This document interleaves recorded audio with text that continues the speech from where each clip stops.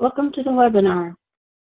Today's topic is the 835 import in Vision or myUnity. We'll be talking about the advantages of using this process, and then I'll be demonstrating it for you. The 835 import is available now and ready to be used.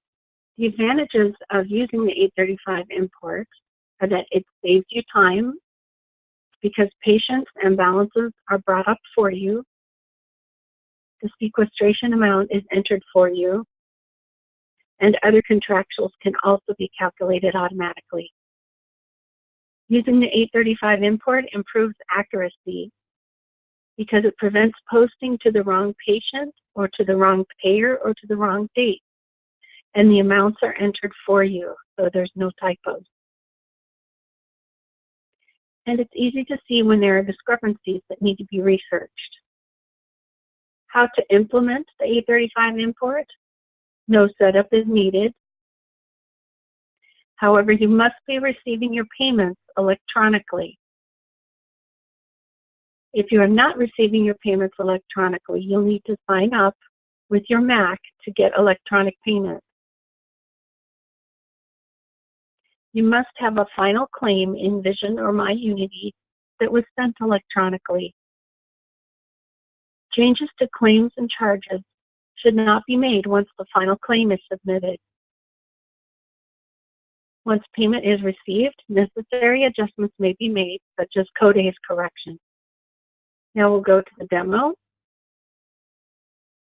When you receive your electronic 835 payment from Medicare or other payers, you will download the file using your connectivity vendor, such as eSolutions or Ability. You'll save that file in a folder on your computer or on a shared drive.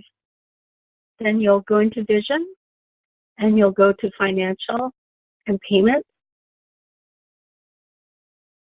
You'll click on the Related Items chain link and choose 835 Electronic Remittance Advice. Once this screen loads, make sure that your health center level is selected, and then you will click Upload a File. When the window opens, click Browse, and then search for the place that you saved your file. The file name will look something like this. Select the file, and then click Upload. You should get the message that the file was uploaded successfully. Next, wait for the screen to refresh. Once it refreshes, you can click on the drop-down under ERA format. And you'll need to select the third one down, General Fee for Service. The file that you uploaded should be here in this drop-down next to Upload a File. If you click the drop-down, just select your file. Once you have those two options selected, everything else should be left as it defaults to. And click Process ERA File. Wait for the screen to process. When that is imported, you will have links. The first link is Vision or myUnity's version of the remit, printed remit. Let's take a look. Vision provides you with a printed remit, but it's not the format you're familiar with. This is the system's version of the printed remit. You can see it lists residents and payments. It also gives you explanations for the reason code. So here, the first reason code tells me that this is the sequestration amount. The second reason code tells me that this is the contractual amount. And then the third reason code tells me that that is the coinsurance amount. So you will want to have your printed remit handy, whether you use this version or the one that you got from your Mac. And then we're going to go into the second link. The second link takes you into your payment batch. The first thing that you'll want to do is select a template. It opens in the fee for service template, but we want to switch to this med/insurance, Medicare, Medicaid insurance format. That gives you all of the columns that you need to see. And wait for the screen to refresh. This just makes your payment application easier. The first thing that you'll want to look at here is the balance amount left column. The balance amount left tells you how much the AR originally was, and then how much the AR will be after applying the payment, the sequestration, and the contractuals. Here to the right, you'll see under other amount and then other miscellaneous account type, it lists the sequestration amount and contractual allowance. That's where the sequestration goes. It goes to contractual allowance. So it pulls the sequestration amount automatically from the electronic remit. You can compare this to your printed remit and see that the sequestration amount are the same. When you have an item that shows 0 under the AR and then shows you a credit, that's telling you that it could not find the AR to apply this payment to. You can click the little equal sign next to that payment, and if still nothing happens, the next step is to remove the invoice number. To remove the invoice number, you scroll to the right, click the expand button. The expand button opens up the hidden column, and here is the invoice number. I want to take that out and click close, and then click the equal sign again. Now it was able to find the AR, and so it has applied it, and it tells me there is a 1 cent credit remaining. I want to adjust that off, just like you normally would do. You put that under contractual adjustment, minus 0.01, and then we want to submit. If any of the payments are off by $2 or less in either direction, that is plus $2 or minus $2, the system will automatically enter those amounts into contractual adjustment for you.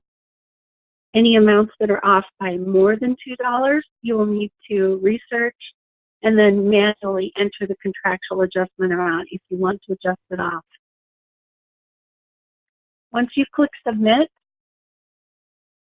sometimes the amounts that you verified go back to being 0. Since you've already applied it and you know that it worked, you don't need to double check that. But if you want to, you can click the equals button again, and then it will go back to 0. When you submit your claims electronically to Medicare, the invoice number is included in the EDI file. And when your payment comes back, the same invoice number is included in the electronic remit. That's what the system uses to pull up the AR. If the invoice is not found, it will show 0 here. And that was what we saw on Lois Bakerfield. It could be that the claim was deleted or redone. And so what we did was take out the invoice number since it couldn't find the invoice. And then it was able to find the AR. So I'm going to click Edit Payment in order to view the report. Once the report is ready, I'm going to click View Report.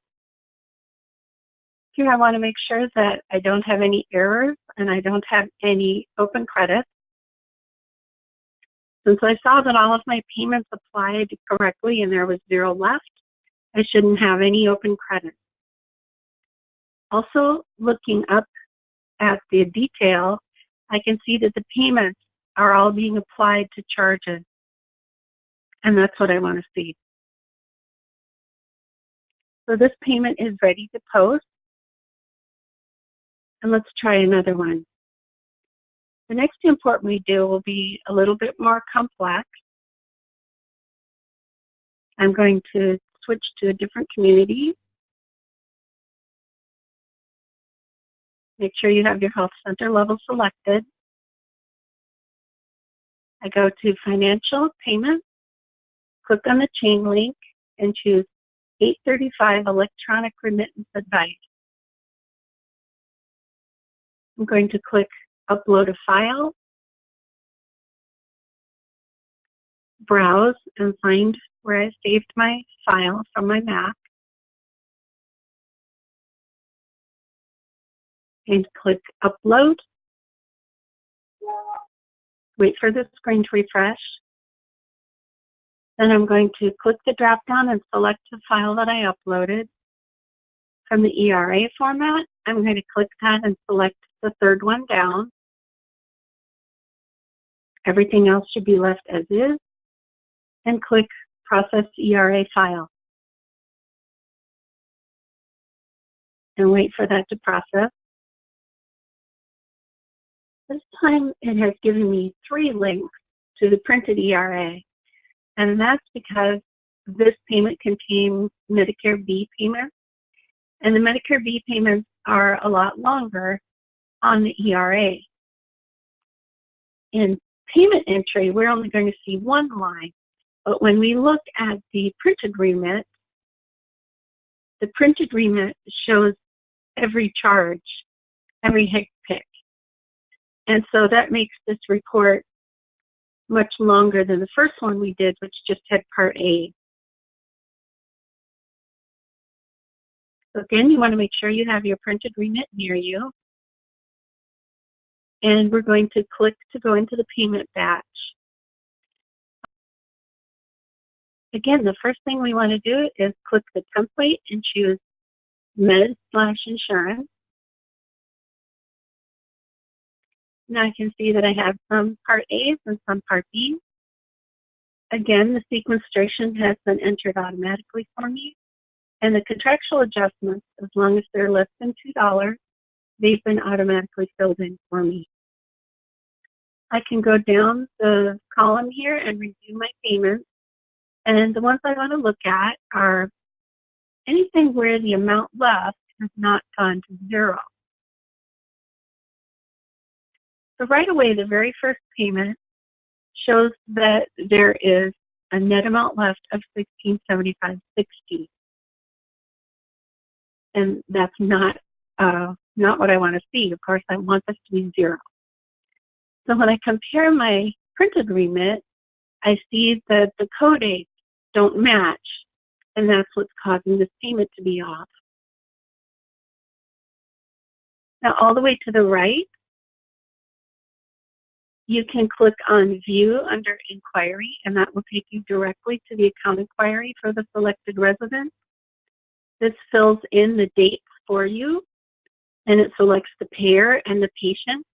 You just need to move the patient into the other window and click Submit.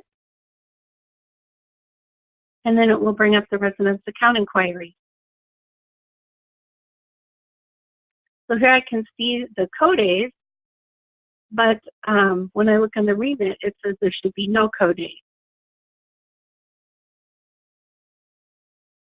I can minimize my payment batch and go pull up my resident.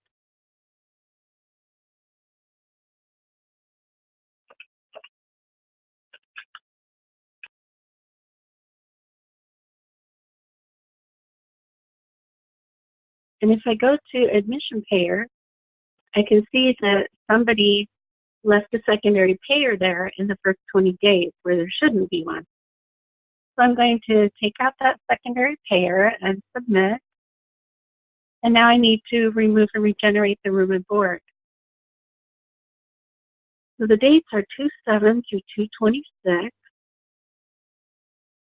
I'm going to go to Financial and Adjustments, remove and regenerate.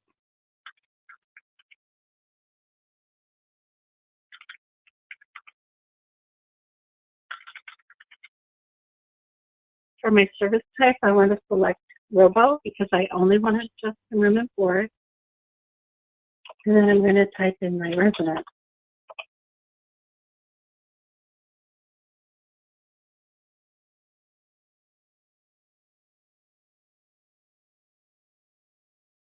And I'm going to select these. Here it shows that these are co-days.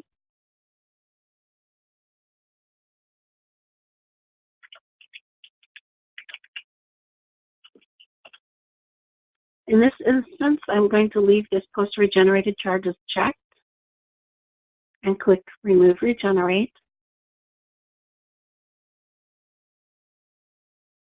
Here's the report that shows me first what was removed. There's a minus 10 units, and I can see it had NGS and Blue Cross as the secondary payer. In the second row, it shows me what was regenerated, which is 10 days where NGSA is the sole payer. I can now go back into my payment batch. And what I want to do is click the equal sign next to my resident. Now it's still got this credit remaining. So what I can do then is remove the invoice number. So all the way to the right, I'm going to click Expand. Take out this invoice number, click Close. And I'm going to click the equal sign again. This time it found the AR. It does have that 60 cents remaining for a credit, and I just want to adjust that off.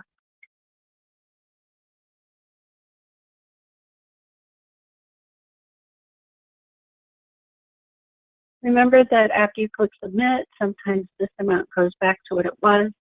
You can click the equals again, or you can just choose to ignore it. Now here's one where there's a greater amount that was left, and it didn't automatically adjust that off because it's more than $2. So if I determine that I do want to adjust that off, I just enter the amount here. And then see that the amount left goes to 0. This one I'm going to come back to because it's a great amount there. Here's another one where the amount was over $2, and if I do want to adjust that off, I'm just going to enter it in here. Make sure the amount left goes to 0. And this particular batch has 2 pages, so I'm going to click Next to go to the next page.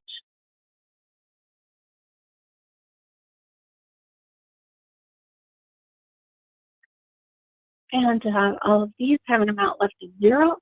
I can double check the sequestration, and if everything matches, I'm going to go back to my previous page and take a look at the one that is off by $854. So the first thing I can do is click the equals button. And it didn't take it out, so I'm going to remove the invoice number. Remember, you scroll to the right, click Expand. Just delete that invoice number and click Close. And then click the equals button again. So this time it found the AR and it applied the payment, but it's off by $199. So that leaves a $199 balance. I don't want to just contract that off until I at least research it and discover why it's off by that much. Remember, you can come over here to click View the Inquiry. Just move the resident over into the selected resident and click Submit.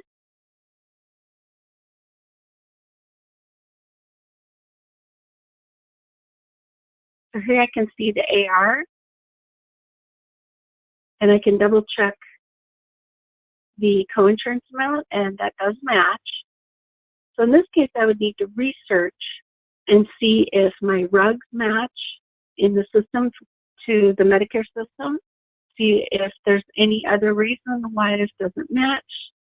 Then if I need to change the rugs, I would do that and then remove and regenerate like I did on the first one, and come back in here and click that equals button again.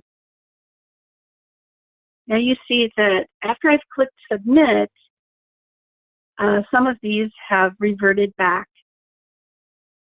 Instead of having 0, they have a balance. I can click the equals button again if I want to,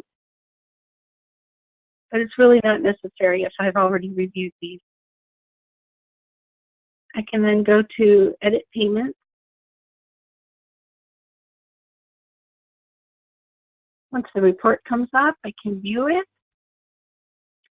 And this can be a pretty long report because it is Part B and it's going to list every HCPCS. But this way I can see that my payments are applying to the AR. So I go all the way to the bottom. Anytime that I have entered a contractual amount that is greater than $2 or less than -$2, I will get this warning that tells me I've entered a contractual adjustment amount exceeding the limit, because the limit that we have set for the electronic RAs is $2. So if you know that you meant to contract off more than the $2, you can ignore this warning and it's okay to post. Now in this case, I want to show you a trick. You can see how long this report is. It's 18 pages because the Medicare Bs are always going to be long. But if I close that and click Go Back into my payment batch, I have an option to get a shorter report. To make your report shorter, you can click Edit List Journal Options, and that opens up this window with options. You can choose Summary, and that will make your report much shorter. I'm going to choose Summary and then Save, and go back to Edit Payments again. Once that report is generated, I'm going to view the report. Okay, remember how many pages it was? It was 18. I now have 3 pages. And that's because it's now going to list just one line for each payment. It does not list the individual charges. So you see less information. It gives you a shorter report. Use whichever format of the report you need. I'm not going to post this one because remember, I have that payment that I still need to research. Now, since this is a webinar, I'm not able to go into the FIS system to check this out, but you would want to research that and then determine how to handle this amount and whether to post the payment as is, do an adjustment, or do contractual. Thank you for joining our webinar today. If you would like to try the 835 import and would like some help, please start a service ticket for the billing support team and we'll be happy to walk you through it.